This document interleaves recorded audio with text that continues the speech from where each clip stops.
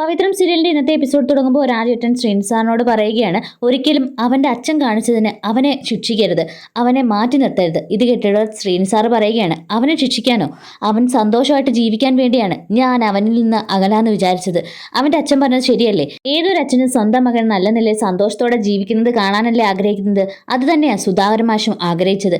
ഞാൻ ആരാ? ഒരു ഗുണ്ട താൻ തോന്നി എന്റെ കൂടെ നടന്ന് അവനും അങ്ങനെയാണെന്നല്ലേ എല്ലാവരും വിചാരിക്കൂ.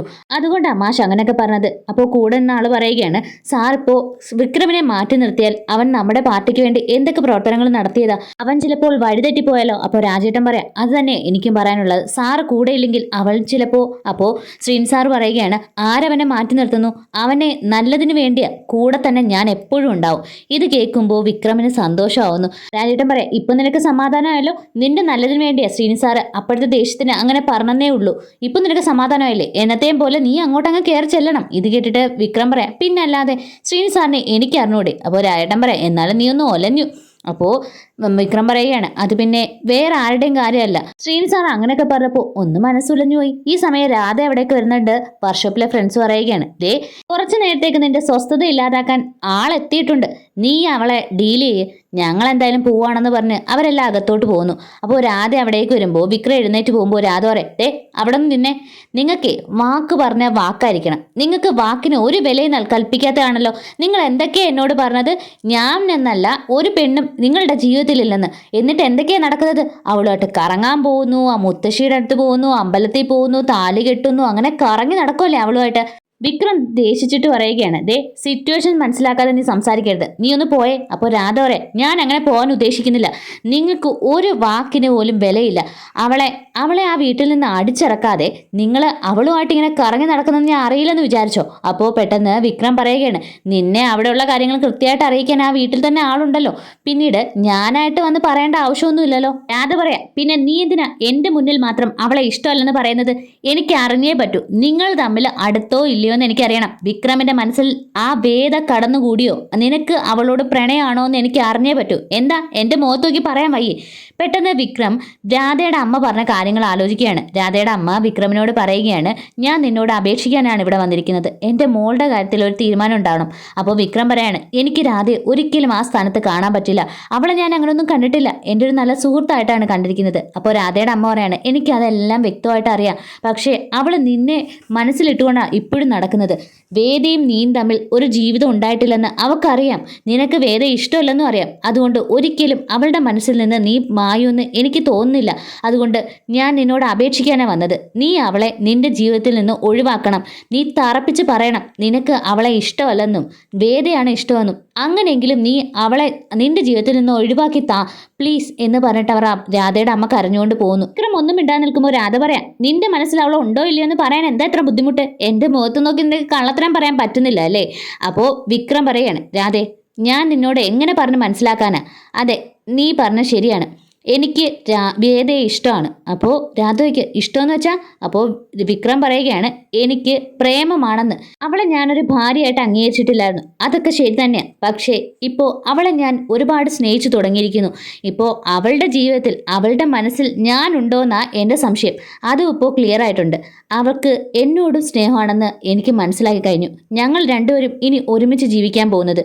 ഒരിക്കലും ഞാൻ അവളെ എൻ്റെ ജീവിതത്തിൽ നിന്ന് ഒഴിവാക്കാൻ പോകുന്നില്ല. അവളാണ് എൻ്റെ ജീവിതം എന്ന് ഞാൻ ഉറപ്പിച്ചു കഴിഞ്ഞു. പിന്നെ നിന്നെ ഞാൻ ഒരിക്കലും ആ സ്ഥാനത്ത് കണ്ടിട്ടില്ല, നിന്നോട് എനിക്ക് സ്നേഹമില്ല. അത് മാത്രമല്ല നിന്നെ കാണുന്നത് പോലും എനിക്ക് അറപ്പാണ്. അതുകൊണ്ട് ഇനി മേല എന്നെ ശല്യം ചെയ്തുകൊണ്ട് വരരുതെന്ന് പറയുന്നു. ഇതെല്ലാം കേട്ട് ആകെ തകർന്നു പോയി രാധ കരഞ്ഞുകൊണ്ട് അവിടെ നിന്ന് ഓട്ടോ എടുത്തുകൊണ്ട് പോകുന്നു. അപ്പോൾ വർക്ക്ഷോപ്പിലുള്ള രായേട്ടൻ എല്ലാവരും പറയുകയാണ്, നീ ഇത്രയ്ക്ക് കടുപ്പിച്ച് പറയണ്ടായിരുന്നു, പറഞ്ഞ് മനസ്സിലാക്കിയാൽ പോരായിരുന്നു. അപ്പോൾ വിക്രം പറയാം, എത്ര പറഞ്ഞിട്ട് അവൾക്ക് മനസ്സിലാവില്ല, അവൾ എന്തായാലും കൊച്ചുകുട്ടിയൊന്നും അല്ല, അവൾക്ക് കാര്യം പറഞ്ഞാൽ മനസ്സിലാവും. അതുകൊണ്ട് വേണ്ടാത്തതൊന്നും ചെയ്യുമെന്നുള്ള പേടിയൊന്നും വേണ്ട. വർക്ക്ഷോപ്പിലുള്ള കൂട്ടുകാർ പറയുകയാണ്, അവൾ നിന്നെ ഒരുപാട് സ്നേഹിച്ചിരുന്നതാ, എന്ത് ചെയ്യാനാ? അപ്പോൾ ഈ സമയം വേദ വരുന്ന കണ്ടിട്ട് പറയാം, ഓ ഒരു മുള്ളിനെ പറഞ്ഞു എടുത്തപ്പോൾ മുള്ളാണികളല്ലേ വരാൻ പോകുന്നത്, ദേ അങ്ങോട്ട് നോക്ക്. അങ്ങനെ വിക്രം നോക്കുമ്പോൾ വേദ വിക്രമിനുള്ള ചോറുമായിട്ട് വന്നുകൊണ്ടിരിക്കുന്നു. വേദ വർക്ക്ഷോപ്പിലോട്ട് വന്നിട്ട് അവരുടെ അടുത്ത് പറയുകയാണ്, ഇതെന്താ യുദ്ധഭൂമിയായിരുന്നു, എന്തൊക്കെയോ പ്രശ്നങ്ങൾ ഉണ്ടായിരുന്നു എന്ന് എനിക്ക് മനസ്സിലായി, എല്ലാവരുടെയും മുഖം കണ്ടാലും അറിയാലോ. ഇവിടെ ഞാൻ ഇങ്ങോട്ട് വന്നപ്പോൾ വിക്രം രാധ എന്ന പേരുള്ള ഒരു ഓട്ടോ അങ്ങോട്ട് പോകുന്ന കണ്ടു, അപ്പോഴേ മനസ്സിലായി ഇവിടുത്തെ സാഹചര്യം വർക്ക്ഷോപ്പിലുള്ളവരൊക്കെ അല്ല മോളെ അവൾ കണ്ടായിരുന്നോ? അപ്പോൾ വേദ പറയാം ഏയ് എന്നെ കണ്ടില്ല, കണ്ടാൽ ചിലപ്പോൾ ആ ഓട്ടോ വെച്ച് എന്നെ ഇടിച്ചിട്ടാലോ, അതുകൊണ്ട് ഞാൻ അങ്ങോട്ടൊന്നും പോയിട്ടില്ല എന്ന് പറയുമ്പോൾ വർക്ക്ഷോപ്പിലുള്ളവർ ചിരിക്കുന്നു. അല്ല മോളെന്താ പ്രത്യേകിച്ച് വന്നേന്ന് ചോദിക്കുമ്പോൾ വേദ പറയാം അത് പിന്നെ ഈ പറമ്പിലൊക്കെ പണി ചെയ്യുന്നവർക്ക് ഭാര്യമാർ ചോറുമായിട്ട് വരില്ലേ, അതുപോലെ ഈ വർക്ക്ഷോപ്പിൽ വന്നിരിക്കുന്ന എൻ്റെ ഭർത്താവിന് ചോറുമായിട്ടാണ് വന്നിരിക്കുന്നത്. എന്തായാലും കല്യാണം കഴിച്ചു പോയില്ലേ, ഭർത്താവായി പോയില്ലേ, ആഹാരം കൊടുത്തല്ലേ പറ്റൂ, ഭർത്താവായി പോയില്ലേ, ഇനി എന്തൊക്കെ പറഞ്ഞാലും സഹിച്ചല്ലേ പറ്റൂ.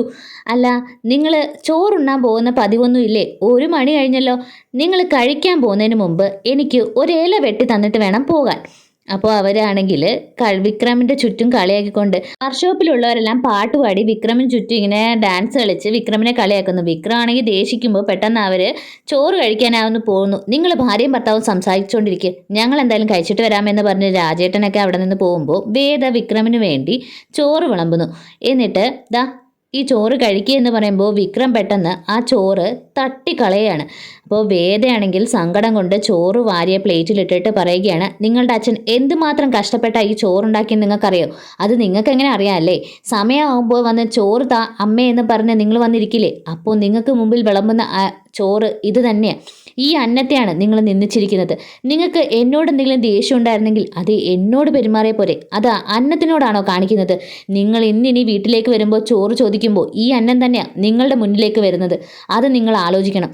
എത്രയോ കുഞ്ഞുങ്ങൾ ചോറും ഒന്നും കിട്ടാതെ ജീവിക്കുന്നുണ്ട്. പട്ടിയും പൂച്ചയൊക്കെ കഴിക്കുന്നത് പോലെ വേസ്റ്റിൽ നിന്ന് ആഹാരം എടുത്ത് കഴിക്കുന്ന എത്രയോ കുഞ്ഞുങ്ങളുണ്ട്. അവരെ പോലുള്ളവരുള്ള ഈ ലോകത്ത് നിന്നാണ് നിങ്ങൾക്ക് കിട്ടിയ ഈ അന്നം നിങ്ങൾ വലിച്ചെറിഞ്ഞിരിക്കുന്നത്. നിങ്ങൾ ഇനി എപ്പോൾ ആഹാരം കഴിച്ചാലും ഈ മണ്ണ് പുരണ്ട ചോറ് നിങ്ങൾക്ക് ഓർമ്മ വരും. ഇത്രയും പറഞ്ഞിട്ട് വേദ ആ ചോറെടുത്ത് തട്ടത്തിലേക്ക് ഇടുന്ന കാണുമ്പോൾ വിക്രം ചോദിക്കാം, നീ എന്തിനാ ഇത് തിരിച്ച് ആ തട്ടത്തിലേക്ക് തന്നെ ഇടുന്നത്? അപ്പോൾ വേദ പറയാം, നിങ്ങളല്ലേ ഇത് കഴിക്കാതെ ഉള്ളൂ, ഞാൻ പുറത്തെ പട്ടികളും പൂച്ചകളും ഒരു നേരത്തെ ആഹാരത്തിന് വേണ്ടി നിൽപ്പുണ്ടെന്ന് പറഞ്ഞിട്ട് വേദ ആ ചോറുമായിട്ട് അവിടെ നിന്ന് പോകുന്നു. വിക്രം ആകെ സങ്കടപ്പെട്ട് നിൽക്കുകയാണ്. അടുത്തതായിട്ട് കാണിക്കുന്നത് നന്ദിനി വേദ പറഞ്ഞ കാര്യത്തിലേക്ക് ദേഷ്യപ്പെട്ട് നിൽക്കുമ്പോൾ വിനായകൻ കേക്കുമായിട്ട് അകത്തേക്ക് വരുന്നു. നന്ദിനി അതൊക്കെ വാങ്ങി എറിഞ്ഞിട്ട് പറയാം, എനിക്ക് ഇവിടെ ദേഷ്യം വന്നിരിക്കുമ്പോഴാണ് നിങ്ങളുടെ ഒരു കേക്ക്, ഞാൻ പറഞ്ഞത് നിങ്ങൾ കേക്ക്. അപ്പോൾ വിനായകൻ ചോദിക്കുക, എന്താ പ്രശ്നം, നിനക്കിവിടെ ആരാ നിന്നെ ഈ ശല്യം ഉണ്ടാക്കുന്നതെന്ന് ചോദിക്കുമ്പോൾ നന്ദിനി പറയാം, എനിക്ക് ഒരേ ഒരുത്തിയായിട്ടാണ് ശല്യം, അവൾ വന്നതിന് ശേഷം അമ്മയ്ക്ക് എന്നോട് വിലയില്ല, അച്ഛന് വിലയില്ല, ഈ വീട്ടിൽ ആരും എനിക്കൊരു വില തരുന്നില്ല, എല്ലാത്തിനും കാരണക്കാരി അവൾ തന്നെയാണ്. അവൾ ഒറ്റ കാരണമല്ലേ നമ്മുടെ എല്ലാ രഹസ്യങ്ങളും പുറത്തു വന്നത്. അത് മാത്രമല്ല അച്ഛനും എല്ലാവരും നമ്മളെ തള്ളി പറഞ്ഞതും കുറ്റപ്പെടുത്തിയതും എല്ലാം അവൾ കാരണമല്ലേ.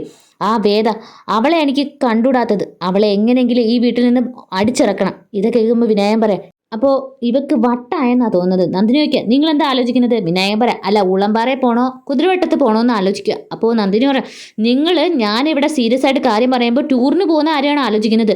അപ്പോൾ വിനായകൻ പറയാം, ടൂറോ? ഓ എത്ര പറഞ്ഞാലും മനസ്സിലാവത്തില്ല.